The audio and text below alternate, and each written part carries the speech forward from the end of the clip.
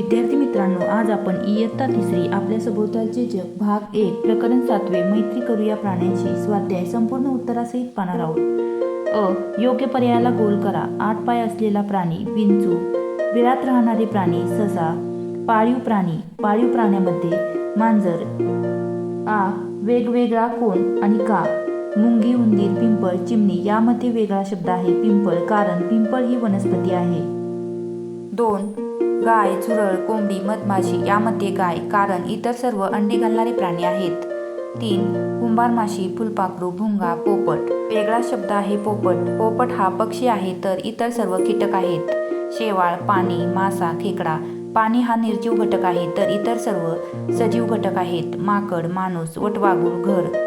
यामध्ये घर ही निर्जीव वस्तू आहे तर इतर सर्व सजीव प्राणी आहेत। पुढील प्रश्न पाहण्या अगोदर व्हिडिओला एक लाईक तसेच आपल्या चॅनलला सबस्क्राईब करायला विसरू नका। प्रश्न क्रमांक 1, खालील चित्राचे निरीक्षण करा व तक्त्यातील माहितीनुसार प्राण्यांचे नावे लिहा। विद्यार्थी मित्रांनो, मी येथे तुम्हाला व्यवस्थितरित्या तक्त्याची माहिती दिलेली आहे। व्हिडिओ आवडला असेल तर एक लाईक करा, आपल्या चॅनलला सबस्क्राईब करायला विसरू नका।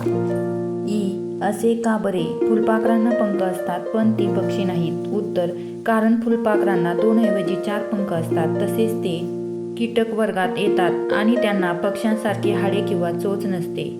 2 गोचिड, गोम, खेकडा हे कीटक नाहीत, कारण कीटकांना सहसा 6 पाय असतात, पण गोचिड, गोम आणि खेकडा यांना 6 पेक्षा जास्त पाय असतात, त्यामुळे ते कीटक नाहीत।